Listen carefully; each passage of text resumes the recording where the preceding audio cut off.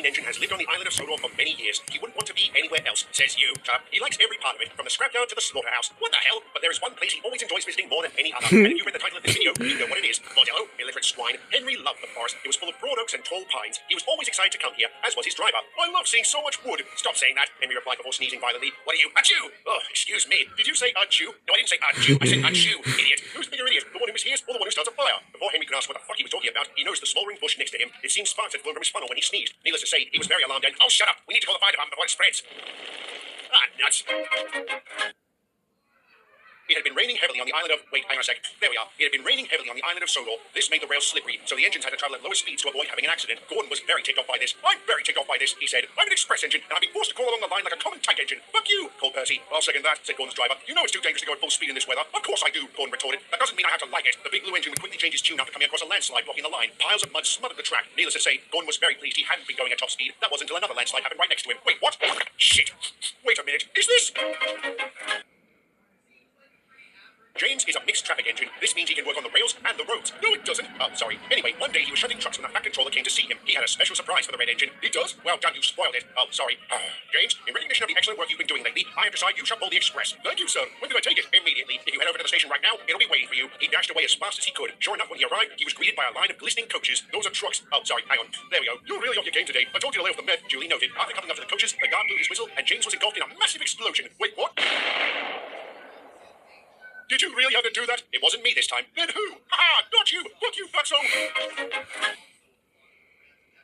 At night, when the other engines are tucked away in their shed, you can still hear the faraway call of an engine's whistle and the clickety-clack of train wheels turning. This is the sound of the munitions train, codenamed the post train. Percy handles this very important, very classified service. Crates filled with weapons and ammunition are loaded into mail vans to avoid suspicion, and the operation is carried out at night to minimize the risk of it being seen by the public. But every now and then, some poor sod will see more than he intends to, and is swiftly dealt with. I really don't like this part of the job, Percy would say. Neither do I, the Fat Controller replied. But the defense of the realm is very important. Yes, sir. Oh, are you all right, Percy? No, sir. I had a curry for lunch, and now it's going to repeat on me. Oh, I need a bathroom. Bother! I'll have to find another engine to replace Percy. But who? Thomas, you're dead. Oh, yeah. I still need an engine. Unfortunately, while the Fat Controller was looking for one, the munitions train was hijacked. Now in possession of rifles, bullets, and bombs, who knows what the thief plans to do with them. Sell them to Russia. It was a splendid day on the island of Sodor. Eric the idiot was feeling bright and cheerful. You might think it's mean that I'm calling him an idiot, but you'll see why in a second. Good morning, trees. I rest my case. Later on, he met up with Bertie the bus, who looked very cross. What's the matter, Bertie? Eric asked. It's the roads, he began. They're filled with potholes. The railway was supposed to deliver tar wagons to fix them 2 weeks ago, but never did. You can't trust a thing that runs on rails. I run on rails. You can trust me, Bertie. I'll see if I can find out what happened. Surprisingly, Eric located the missing tar wagons in the yard. They hadn't been delivered because of plot convenience. Eric was delighted to have found them and took them directly to Bertie. But there was a problem. Eric, what's this? The missing tar wagons. Those are milk wagons. Can't you read? No, idiot.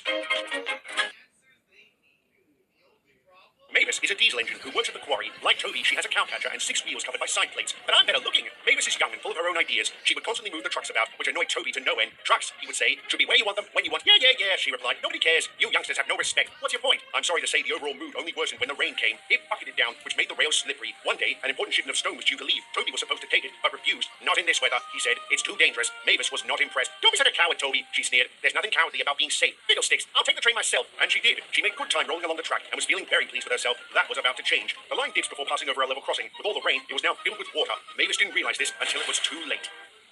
Fiddlesticks! Toby soon arrived to help her out. He was very amused by her predicament. Having trouble, Mavis? Ha ha, very funny. Are you going to help me out or not? Nah. What do you mean, nah? Well, if I have a choice, I'll go with nah. Maybe I'll leave you there for a day or 12. See you around. Fiddlefucks!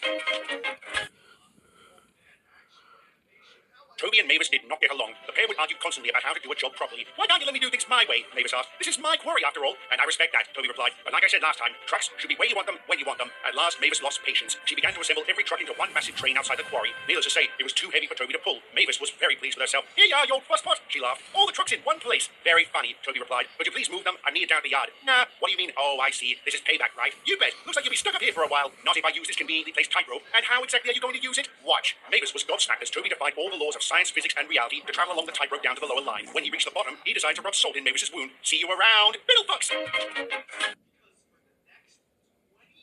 One morning, Edward was stopped by the vicarage. Trevor the track traction engine was nearby and was very upset. What's the matter, Trevor? Edward asked. Did the police catch you with some more children? Not that they could prove. Trevor replied. The vicar's holding a garden party to raise money for charity, but he's been so busy he forgot to advertise the event. That was pretty stupid. I wish there was something I could do. Then he had an idea. He began posting about the party on social media, but included a certain detail that was bound to attract attention. On the day of the garden party, hundreds of people showed up, not to enjoy the festivities, but to protest Trevor's involvement. After all, how could someone like that be allowed anywhere near the children? The police showed up and took him into custody. Afterwards, the crowd partook in the party itself. At the end of the day, the vicar came to see Edward. Thanks for your help, Edward, he began. We raised lots of money. Hooray! Well, we're going to have to spend it on Trevor's bail. Bother. Trevor the traction engine was trundling about the vicarage. He was parked near some beehives when James the red engine suddenly appeared. Hello, Trevor, he said cheerfully. How's prison this time? A lot less sodomy, but otherwise fine, Trevor replied. What's that noise? It's the bees. The vicar set up a number of hives to keep them safe. They've all been sold, so I'll be taking them to the station for transport. Wouldn't it be safer to use a lorry? Lots of people can be bound to the train station. If one of those hives broke, goodness me, you're right. Using a lorry would be much better. Thanks, James. Yes, thanks, James, for costing the railway a job. You want to notice those things causing havoc? Be my guest. Unfortunately, havoc is exactly what they would create. The vicar contacted a courier to collect the hives. The problem was the driver was an idiot. He smashed into the hives, shattering them and releasing the bees. They were angry and began to swarm around. Oh, they're defending themselves somehow, the vicar cried. James was passing by the vicarage again and saw the chaos. Sucks to be them, he muttered. The bees grew tired of the vicarage. They began circling around James and his nice warm boiler. Buzz off, he snapped. The bees didn't like his attitude and began stinging him. James wasn't concerned. Being made of steel, he naturally assumed he wouldn't have any kind of reaction. He was wrong. Wait, what? Bother! Percy and Doug loved working at the harbour. On a clear summer's day, the only place they would rather be is the pub. And every time they kicked out, they would pop over to the marina and watch the boats cruise about. I wish I could sail to faraway lands, Doug would say. Here we go, Percy muttered. How many times do I have to tell you? Engines can't float. I bet I could. Maybe there's a reason they call me Doug. There is. Ask your crew. Why do you call me Doug? Because you can float. What? No, that's not. In that case, I'm going in. Doug jumped over the buffers and into the water, only to completely disappear beneath the surface. All of a sudden, Harold the helicopter appeared overhead. I say, Percy, he called. Did I just see Doug swan dive into the harbour? You did, Percy replied. The fool thought he could float because of his name. I thought he was called Duck because everyone hated him. It is, but his crew decided, Shalom. What? You're floating? Of course I am. Ever heard of a duck that couldn't? Well, bugger me. Maybe when I get back from the Caribbean. Until then, I'm sure Mavis is available. Au revoir. Lucky sod.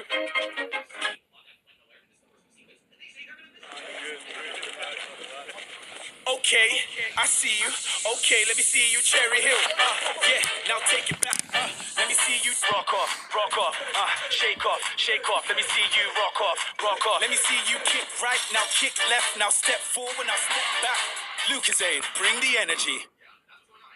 Bill and Ben are the most mischievous engines on the island of Sodor. They like to play pranks. Sometimes their teasing ways cause a great deal of trouble. Lately, their tricks have been escalating, which worry the other engines. So they called in the same specialist they used the last time the twins became too rowdy. I see you didn't learn anything, Boko growled. I guess I'll have to be nastier this time. So away, said Bill. Now, Ben, stick him up! What?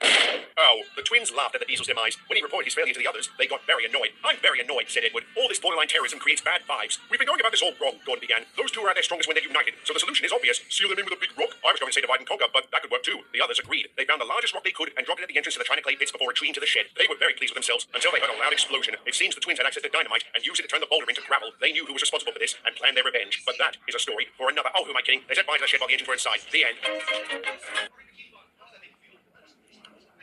One day, Gordon was taking on a load of coal when James appeared alongside him. That's the third load of coal you've had today, Gordon, he began. Some might say you're being rather greedy. James, Gordon began. Sort of. Later that day, he was taking on water when Duck arrived. Careful you don't drink too much, Gordon, he said. It might give you boiler ache. Duck, Gordon began. Sort of. Later that day, he was passing by the works when he noticed a pair of shiny tenders sticking out from the shed. That's what I need, he began. If I had two tenders, I wouldn't need to refuel so often, and I wouldn't have to listen to Billix like James and Duck. I didn't think you were listening to them anyway, said his driver. Suddenly, Bruce appeared. Too bad no amount of tenders will help since we diesels are taking over, he sneered. Bruce, Gordon began. What? Could you hold these, please? Why? Because they're filled with dynamite. Wait, what? Ow. One day at the yard, Edward was talking to Trevor while Douglas was shutting some trucks nearby. Come on, Edward, he snapped. Stop gossiping, there's some of this work to be done. No, he replied. Just then, a very distressed steam engine suddenly appeared. What in blazes? Douglas exclaimed. Who are you? I'm Oliver, he began, and I'm with my great-grand Toad. Ribbit, what are you doing? Escaping. From what? The coppers. Douglas shivered. He'd had several run-ins with the law over the years and wasn't too fond of its henchmen. If he had the chance to stick it to the man, he would. I'll be glad to help you, he began. Hide amongst those trucks and we'll throw off the coppers if they come through. Oliver and Toad complied. While waiting anxiously in a siding, the police turned up. We're looking for a Great Western engine and a brake van, the officer began. Have you seen them? No, sir, Douglas lied. Are you sure? There's a reward for any information that leads to their arrest. How much? £10,000. They're over there. You rat! Hey, gotta get that back somehow. A few days after being arrested by the police, Oliver was bailed out by the back controller. We need another engine on Duck's branch line, he began. Would you like the job? Yes, sir, Oliver began. But aren't you worried that I'm a felon? Not at all. You'd be hard-pressed finding anyone on this railway that isn't a crook. Oliver was comforted by this and immediately went to work. He enjoyed his new life on Duck's branch line and got along well with his Great Western compatriot. However, he couldn't forgive Douglas for running him out to the coppers. Snitches get stitches, he warned. I'd like to see you. Well, that showed me. Next time, it'll be the face. Beg pardon, Oliver, Doug began. But that's not the Great Western. Say no more, Doug, Douglas interrupted. It's never a good idea to lecture someone after they just shanked a bloke. Good point. Do you mind if I ask why you were running from the police in the first place? I burned down a mosque. Oh, that's it? You're not angry? Well, I'm Jewish, so I see. What about Toad playing the arson? For that matter, where is he? He's still inside. He was my lookout, and not a very good one. I wonder how he's doing. The answer was very well. Toad quickly climbed the ranks of the prison gangs. After becoming top dog, he took on a nickname that inspired dread in the other inmates, Bullfrog. It was a special holiday on the island of Sodor. All the engines were working hard, but it became apparent there were too many people for them to handle. The roads took advantage of this by putting on more buses. One of these was named Bulgy, and he was very nasty. Stupid nonsense, he sneered. What is? Duck asked. Didn't you hear? The narrator just called me nasty, even though I haven't done anything yet. Oh, top it up, princess. I don't have to take this abuse from you. Yeah, you kind of have to. Shut up, bird brain. Okay. Victor, do something terrible. Gladly. And 3, 2, 1. What did I do? Nothing. Then why did you give me a gift? Oh, bother. One day, Bill and Ben were shunting trucks at the quarry, and I have no idea why, considering they don't work there. Anyway, while resting in a siding, Bill noticed Ben looked very anxious. I've noticed you look very anxious, Ben, said Bill. What's wrong? Can you hear something? Asked Ben. I can hear a lot of things, mate. You'll have to be more specific. Something different. Oh, that's helpful. Shake it, Goblin, and listen, will you? So Bill did. He heard the chirping of birds, the roar of bulldozers, and the grunting of 2 workmen going at it in a shed. Then he heard it. The distinct low rumble that precedes an avalanche. You mean a rock slide? Avalanches involve snow. Very true, Ben. Thank you for correcting me. The twins got out of their lickety split. Within seconds, the quarry was buried under several tons of rock, killing many, many workers. Wait, what? I said within seconds the quarry was... I mean, the workers. They're all dead. Well, yeah, you're not really going to bounce back after being crushed by a boulder. That's a bit of a downer. Maybe we could have saved them. Don't worry about it. They were only background characters. That actually makes me feel better. Wait, why does that make me feel better?